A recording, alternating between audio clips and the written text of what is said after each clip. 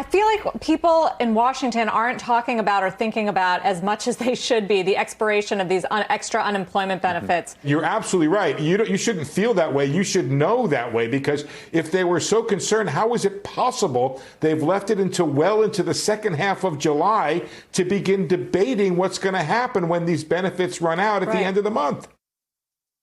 They're right. What they're talking about there is the imminent expiration of a bunch of coronavirus relief fund benefits, particularly $600 a week of extra unemployment. But we should be a little more precise. It's not people in Washington who waited until the middle of July to talk about this.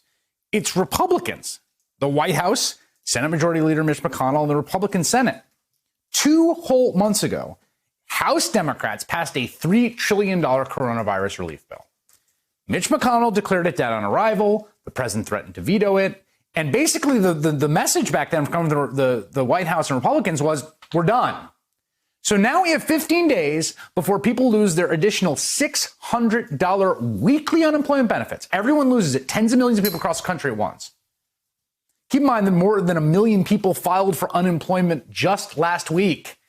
And in 9 days, the federal eviction moratorium also comes to an end, which could, according to at least one expert, leave 28 million Americans homeless. So yeah, the time to act was months ago. One of the people who's been pushing for action is Senator Kamala Harris, Democrat from California, who's introduced a bill to ban evictions, among other things, during this pandemic, and she joins me now. Senator, this deadline, the deadline is close. The House has done part of this. There's going to be negotiations. Do you feel there is the urgency among your colleagues, particularly your Republican colleagues or the White House, to act on this as we're racing over a cliff? There better be the urgency, Chris, because, listen, in June, 1/3 of Americans were unable to pay their housing payments, be it rent or mortgage. We're looking at a cliff. We are just on the verge of falling, and many Americans, millions, falling off a cliff because, to your point, the benefits from the relief packages that we previously passed are about to expire. In fact, it's estimated 20 million renters are looking at eviction. We have at least 15 million homeowners that are looking at foreclosure. And as far as I'm concerned, housing should be considered a civil right, and we should have a great sense of urgency. You know, I worked on this issue back in 2011 when we were battling the banks around the foreclosure crisis. We ended up getting $20 billion out of the banks to deal with it, but people were losing their homes. And what that means is that we are talking about people falling deeper and deeper into despair. So that's why I've introduced the Relief Act. And what it'll do is, during the course of this crisis, it'll ban foreclosures, ban evictions, ban increases in rent. That will also ban the utility companies from turning off things like water, because, of course, families need water to sustain themselves, plus, in the face of this pandemic, to wash our hands. And we're also going to ban negative credit reporting. We've got to help people get through this crisis. And the last thing that we want is that people are going to end up being homeless through the course of this crisis. It's just the morally right thing to do to help. And it is right for the economy. But, you know, we'll see when the Republicans and everybody comes back to D.C. what we are going to have to battle about. But I'm prepared to fight this fight. It's a good fight, and it's a fight worth having. Well, I mean, the politics of I can't quite get my head around the politics of this. You're running for re-election in an election year amidst a pandemic. You're Donald Trump. You're the Republican Party. Your fate is tied to him.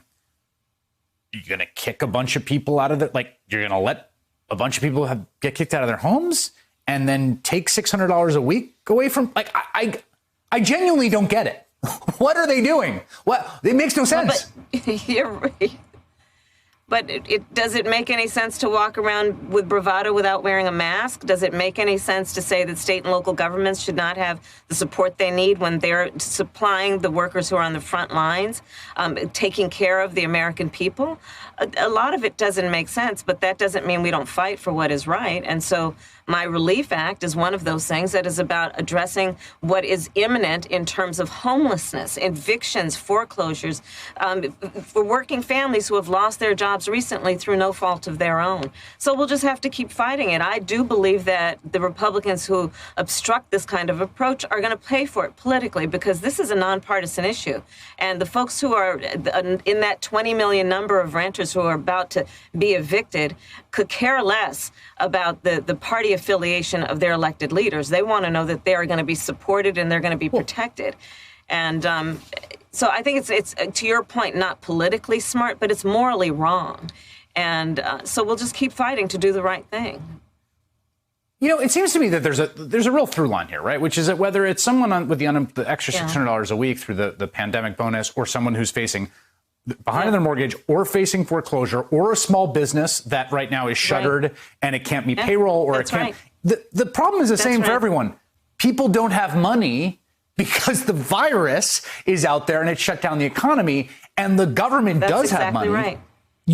You need to give it, like, that seems the fundamental principle. And Republicans are talking about, you know, a $1 trillion cap. And I wonder, how much are you thinking right now about things like deficit concerns or, you know, worrying about that? And how much do you think the weight on the scale should be on getting money out into people's hands? I'm together with Bernie Sanders and Ed Markey. I'm proposing that we have not just that one-time check of $1,200, that through the course of this pandemic and crisis, we need to give people $2,000 a month as recurrent payments, people below a certain income level, to help them and sustain them through these months of crisis, so that at the end of it, they can get back up on their feet instead of having fallen deep into the crevices of this crisis.